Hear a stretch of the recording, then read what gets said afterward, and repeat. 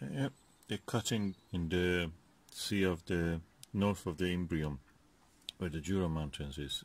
What is called actually the part near the Caucasian Mountains is Alpine Valley. Amazing.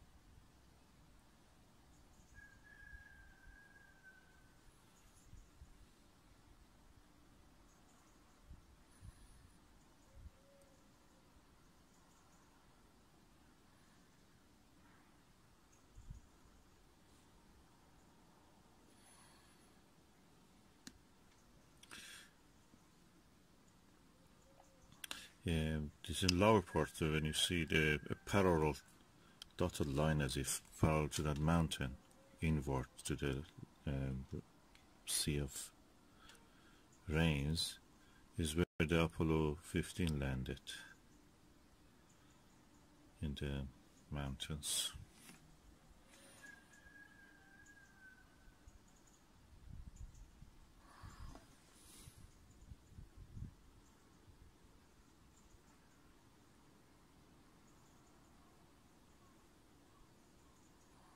I'll try to zoom on down.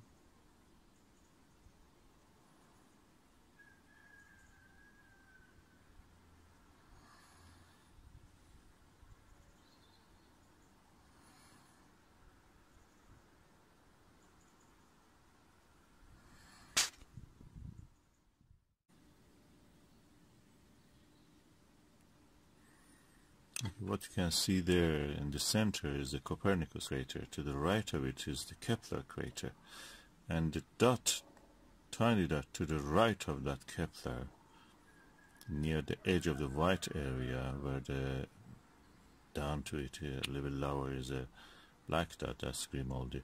That tiny white dot is the magnetic anomaly called Rainer Gamma, or Rainer Gamma. As you can see, the thin layer of cloud exists in the sky. Is moving. It's mist practically. And yeah,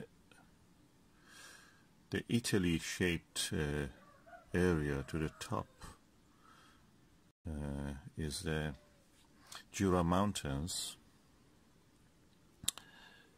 And you can see a tiny dot also in the Jura Mountains called Plato, actually, crater Plato, the philosopher.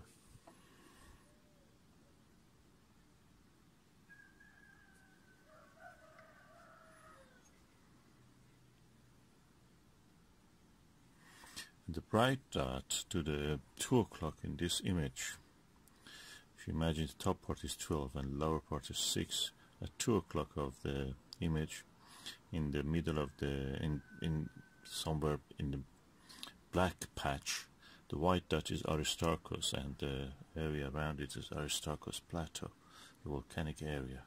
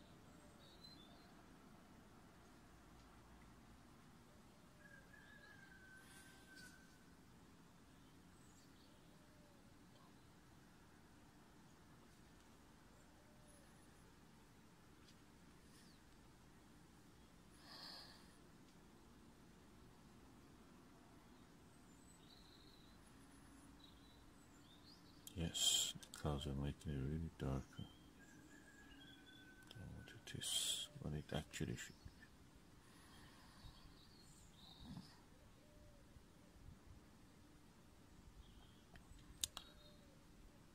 be. Yeah, and the circular feature, black circular feature on the top at 12 o'clock is the big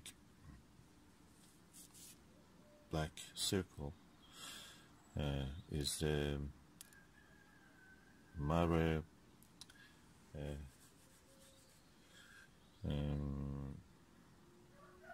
Imbrium, Sea of the Rains, and to the lower part of it at 7 o'clock of that circle, what you can see is the mountains of the Apennine. Yeah, Apennine. Yeah.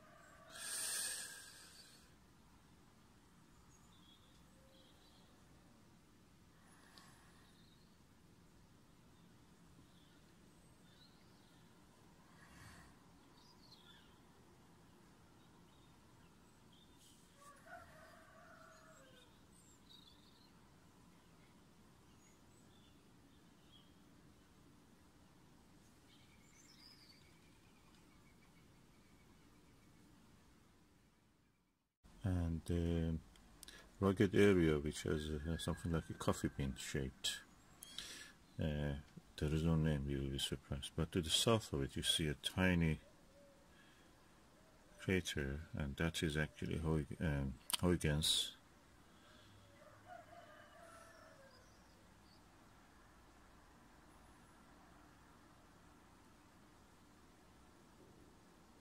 I don't know what's the reason for this vibration, because the motor of the camera is not on.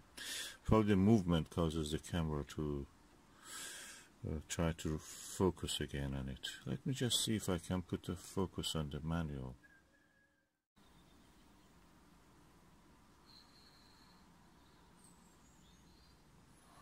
Okay, there is a crater here called Nasiruddin. That's the crater which I'm now zooming on it. Tiny one at the end of the three craters which are joined together. It's called Nasiruddin after the Iranian astronomer.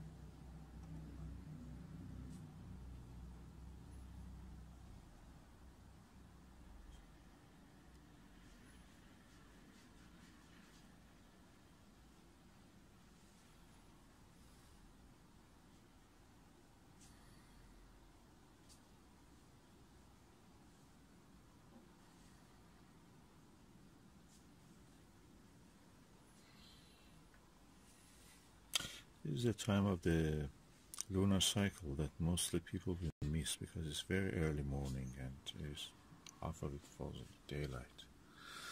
And either people are sleeping yet or they are just going to work, so practically they will miss. And only you can see it in such a day like today, which is a holiday.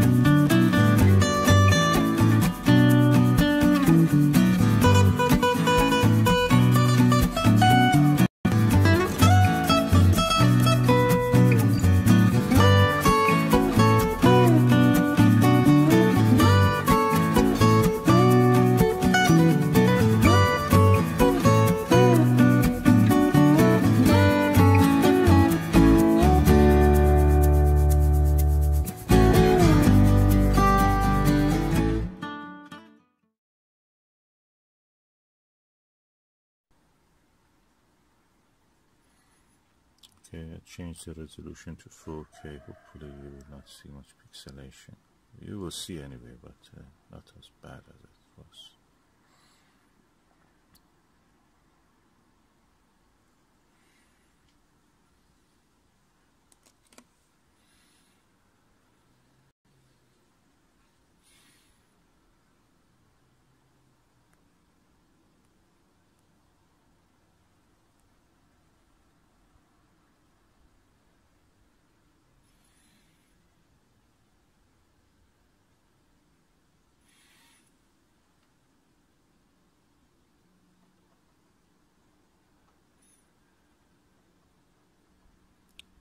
What you see is now passing the center of the picture, hopefully, is what is called as Aristarchus plateau.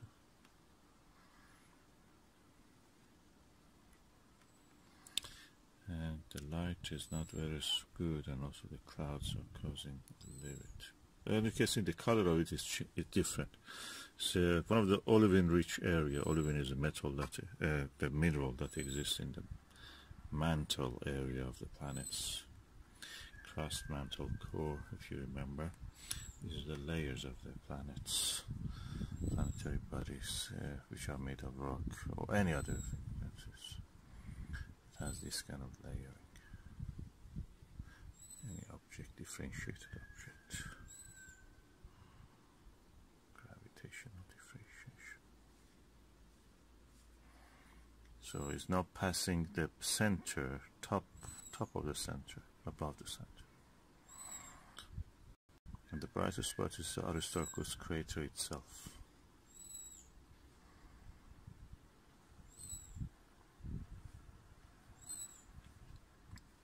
And to the lower part of the image you can see the Rhino Gamma. Oh, suddenly it becomes so clear. Try to bring it to the center. Yeah, it's now right dead center.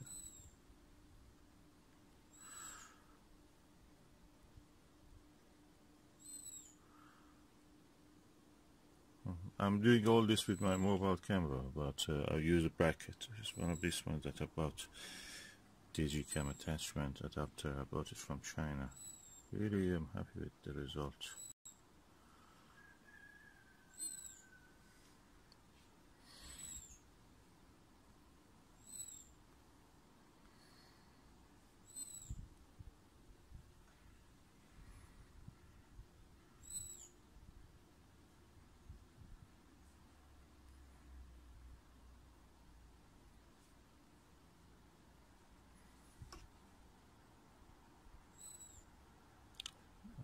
are looking through the eyepiece directly.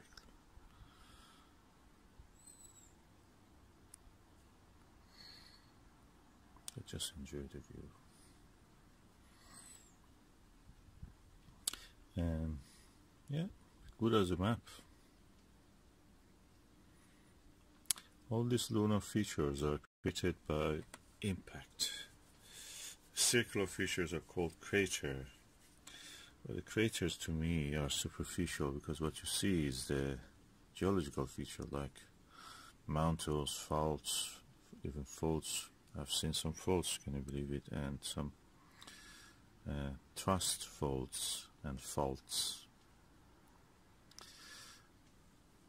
You have to look for them.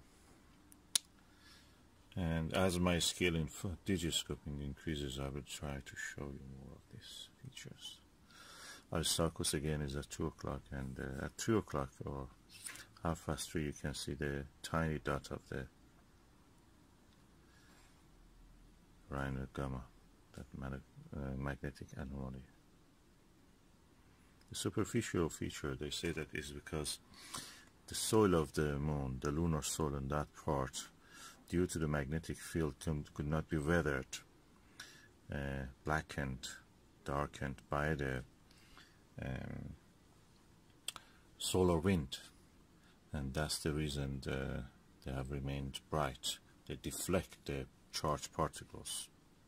You know that charged particles deflect in the magnetic field. So if there is a magnetic field there all the week, it is working.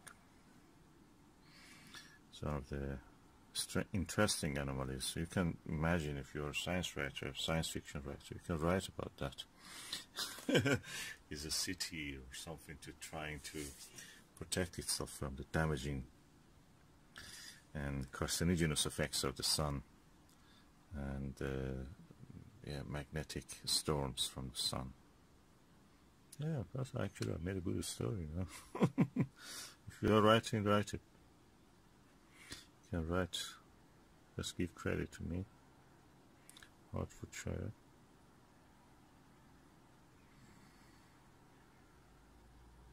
Beautiful, magnificent Caucasus Mountains.